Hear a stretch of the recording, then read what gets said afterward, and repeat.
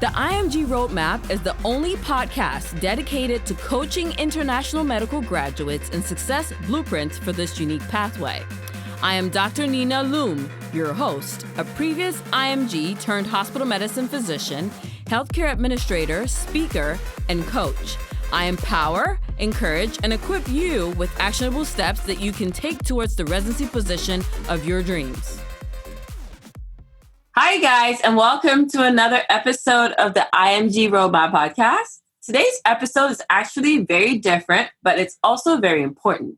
I get tons of questions from, students that are in undergraduate programs here in the U.S. as F1 students, or they hold an F1 visa, but they're interested in going to medical school in the States. So this person will not be thought of as an IMG necessarily, but they are a foreign national that is interested in pursuing U.S. medical training.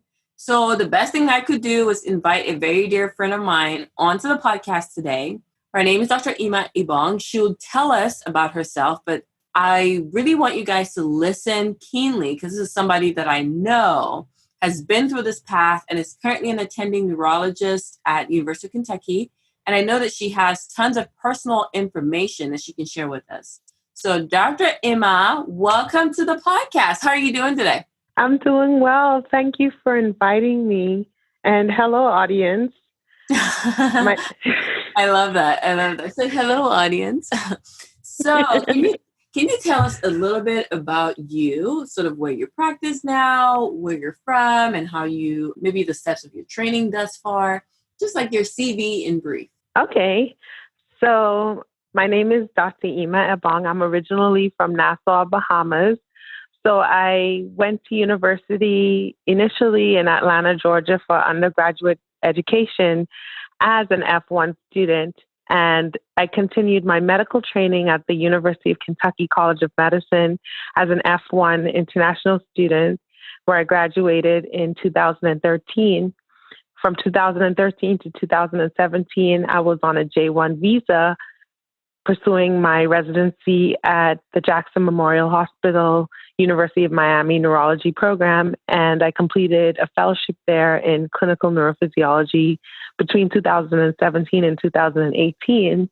And then upon completion of that, I returned to the University of Kentucky as an attending physician in the Department of Neurology as a clinical neurophysiologist. So I've been there now for about a year and a half. So I've come full circle back to the institution where I did my medical school. Isn't that amazing? That is so awesome. Congratulations, by the way, because, a lot of people listening may not know what your fellowship was in. In very simple terms, can you describe that to them? Yes. So I'm the type of neurologist that essentially reads brain waves and also examines muscle. So neurophysiology, in summary, I read what I call EEGs, electroencephalographs. So, for example, if someone has a seizure and I want to see if they're having a seizure, where in the brain the seizure is from, I will use what's known as an EEG machine to look at it. So I'll interpret those brain wave forms to see if a person is having seizures or not. And then in terms of muscle, I use what is called an electromyograph, where I study if a person has some disease of a muscle. So, but I also see patients with those diseases as well. Okay. Thank you so much. That's so awesome. So really a lot of the requests that I've got that really prompted me to call you and ask if you would be willing to do this episode with me was, I have students that want to know, how do we go from being F1 undergrad students to go into medical school in the States? So they don't want to go back to the Bahamas. They don't want to go back to Cameroon or Nigeria, but they're already here. But they feel like having a visa is like a roadblock instead of an opportunity. So can you walk us through what your process was like? Sure. So one thing I would say that it is a very complex path for international students who are already in university in the U.S. to go to medical school, but it's not impossible. And I'm proof that it's not impossible. What you would have to do is ensure that you are doing the same things as your American colleagues are doing in undergraduate or pre-med. in terms of taking the same classes, making sure that you have the same opportunities. Many universities have pre-med programs where you can do a summer program or a summer camp in an associated medical school. And I would encourage you to do that. That way you would get to know the faculty and staff at the medical school. So the point is that you don't want to do anything different from anyone else in the U.S. You want to make sure that you stay on the same path, that you have your pre-med advisor and tell your advisor exactly what it is that you want to do. Make sure that they know and are aware that you are an international student so they can also give you tips on funding your medical education, steer you towards universities that actually accept international medical students, because many universities in the U.S. do not accept international students. So you have to ask these questions from day one and not wait until maybe your junior or senior year to say, hey, I want to go to medical school. For me, my path was a little different. I didn't go directly from undergrad to medical school. I did undergrad, and then I did 2 years of graduate school, and then I actually went back home to work. But while I was working, I was studying diligently for the MCAT, and I didn't have anything except the MCAT study book, but I studied and I came to the U.S. to take the test. And once I got my scores, I made sure I applied to every single medical school that accepted international F1 students. And again, that can be an expensive process, but if you're passionate and willing to do it, then money should not be an obstacle. I know that's not the case for everyone, which is why I worked during that time. And I also had a very supportive father who helped me financially during that time as well to get me back to the U.S. to start medical school. Wow, thank you so much for opening up about that. I'm your friend, but I didn't even know that you had gone back to Bahamas before coming back into school. So I think that was very, very vital information, because I think sometimes some students may graduate and go home and feel like that's it. Like there's, going to a U.S. school is out of the question. But you took your MCAT book and you went home with it and you kept studying, and thankfully had family to support as well. And you were able to come back in and take the test. So you did talk about an advisor. So one thing that I'm not familiar with, because of course I didn't go to school here, as far as medical school here. So how do people find advisors that actually know what the process is for F1 students? So if you go to medical school, and I'm assuming the target audience today are students who are in the U.S. for undergrad now, or maybe graduate school. So when you go to college, when you declare a major, you are automatically assigned to an advisor. Sometimes that advisor isn't necessarily a pre-med advisor, but if your school has a pre-med track, most universities have a pre-med track, you will be paired with a pre-med advisor automatically. And that advisor is the one who guides you and tells you which classes you need to take to meet the pre-med requirements. So you will need so much biology, so much chemistry, so much organic chemistry, biochemistry, physics, and math courses. So they are the ones to ensure that you meet those requirements to even get considered as a candidate for medical school. So that's what I mean when I say an advisor. So if you're listening, you're in your freshman year or your sophomore year, you should have already met with your advisor. If you're listening and you're entering college in this coming fall, make sure that if you have your major declared, I know some people don't declare a major early on, but if you have your major declared, make sure that pre-med is on there so that early on you will be paired with your advisor. And this is universal across universities and colleges in the U.S. that I know of. All universities pair you with an advisor. And as a pre-med advisor is just someone who makes sure that you get into medical school based on the classes that you have to take. Right. Another question that I know is going to come up in the minds of people listening would be, can you touch a little bit on financial aid options, or what the options are for paying medical school fees in the States? Do you know any data, anything that you want to share with us?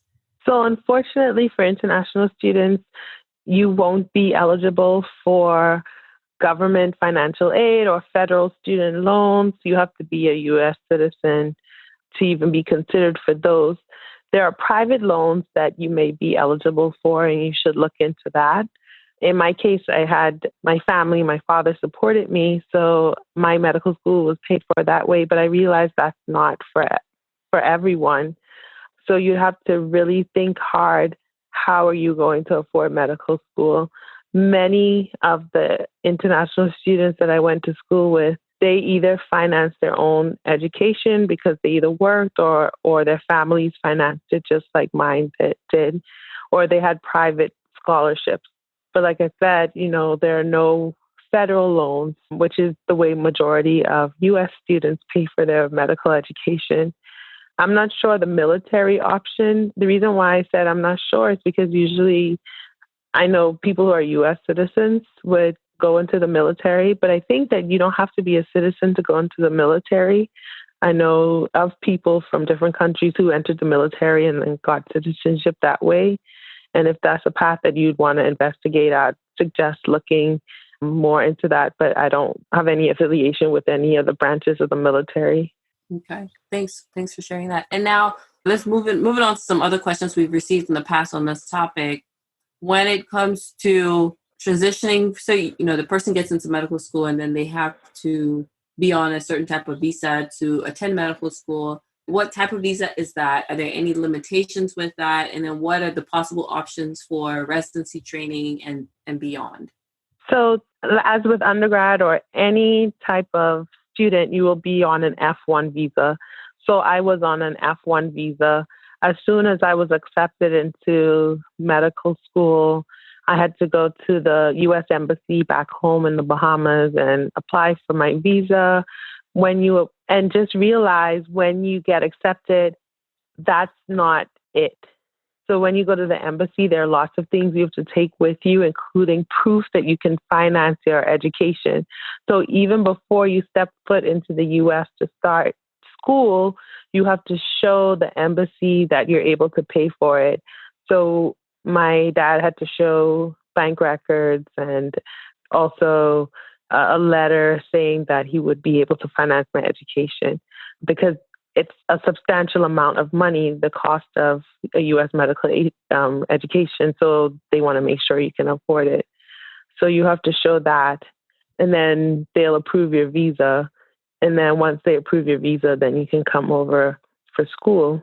Now, for residency, most residencies nowadays provide what's called a J1 visa. So if some of you are familiar, F1, again, is a student visa. There are two types of work visas, an H-1B, which is for temporary work in the U.S., and then the J-1 visa, which is usually reserved for physician trainees or scientist trainees. And this is a special type of visa that allows you to work for a finite amount of time. And typically you have to go back to your home country. So most people who are doing residency on a J-1 visa, they have to have the stamp in their passport that usually says they have to go home and perform what's called a J-1 waiver, go back home for 2 years, or they can do it in the U.S., which is what I'm doing right now. So after my residency, when I applied for a job here at the University of Kentucky, I essentially agreed to work at the University of Kentucky and in rural parts of Kentucky on a waiver that would allow me to stay here after residency. And then in exchange, I got the H-1B visa.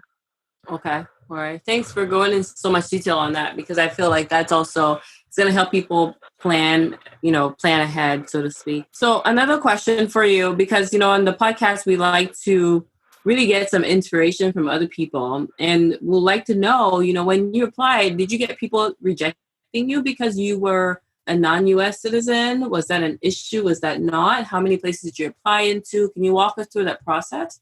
Yes, and I'm going to be honest, it was very stressful, but, one thing I learned through the process is all you need is one yes. And in reality, I only had one yes.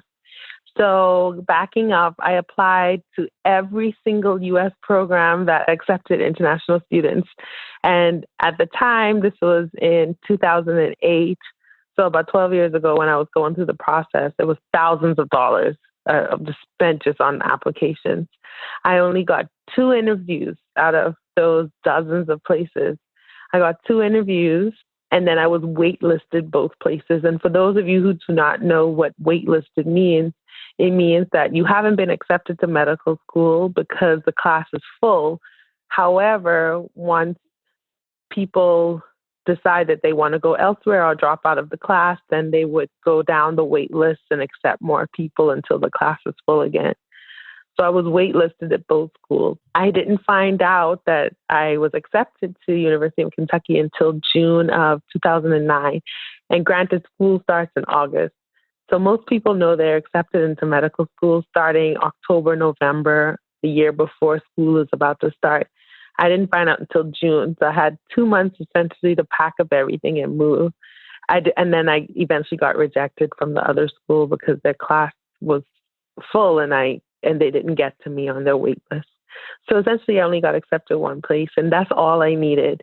And I thrived in medical school. So that, to me, that didn't mean anything just because I only got into one place. I knew that there would be obstacles because I was an international student. And then also I was considered looking back then as a non-traditional student. But nowadays, many students don't go directly to medical school. Many students work or go to graduate school before they go to medical school. So I had these things stacked against me, but I didn't let that deter me.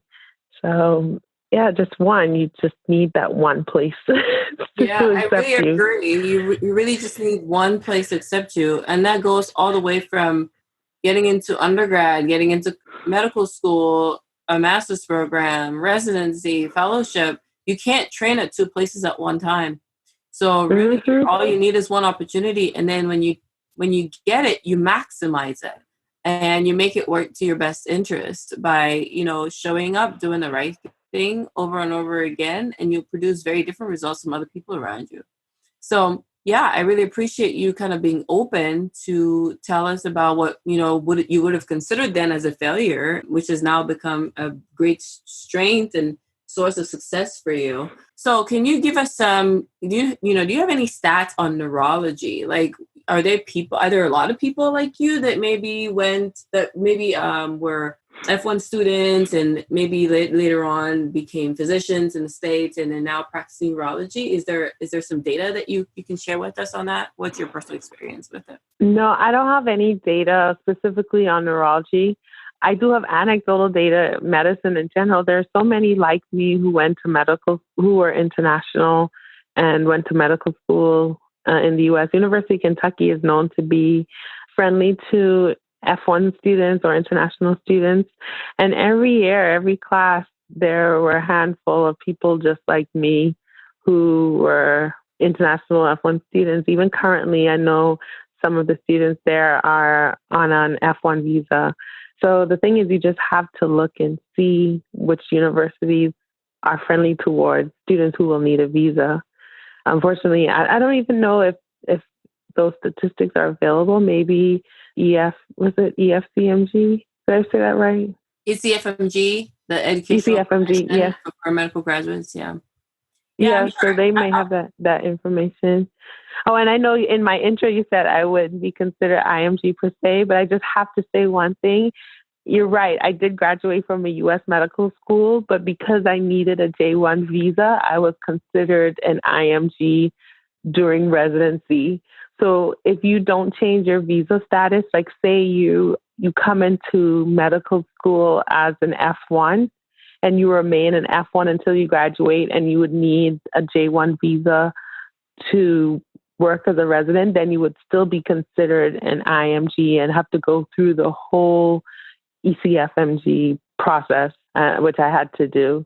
So just keep that in mind. Now, I know people who came to medical school as an F1 and they may have gotten married to a U.S. citizen or for some way got their status changed to a permanent resident or something like that.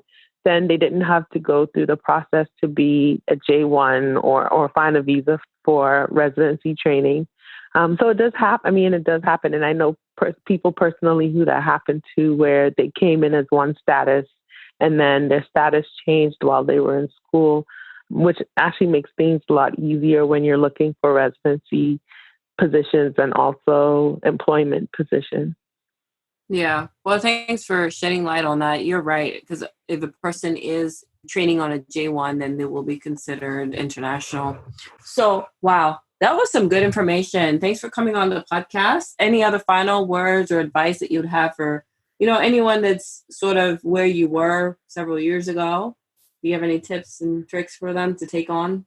Yeah, so I just want to reiterate, it may be difficult, but it's not impossible to be an international student or an F1 student in a U.S. medical school. If it's something that you want to do, just exhaust all of your powers to do it. And remember, all you need is one. All you need is one yes. And if you don't hear enough, if you don't hear many no's, then you haven't been pushing hard. I've heard so many no's in my lifetime, more no's than I can count. And I wouldn't be where I am today if I didn't hear all those no's. So just keep pushing.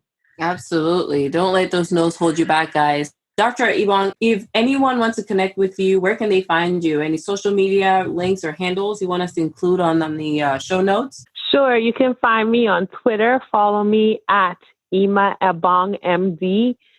IMA EBONG MD. That's my Twitter handle. And I post all things neurology, diversity in medicine. I even post some things for international students in medicine. So you can follow me there on Twitter. And then also you can look me up at University of Kentucky, Ima Ebong, Department of Neurology on the department website. All right. We'll definitely include all that information down below so you guys can follow her, check her out, ask pertinent questions. Thank you so much for joining us on the show today, Dr. Ebong. We hope you have a nice rest of your day. All right. Thank you. And bye, everyone.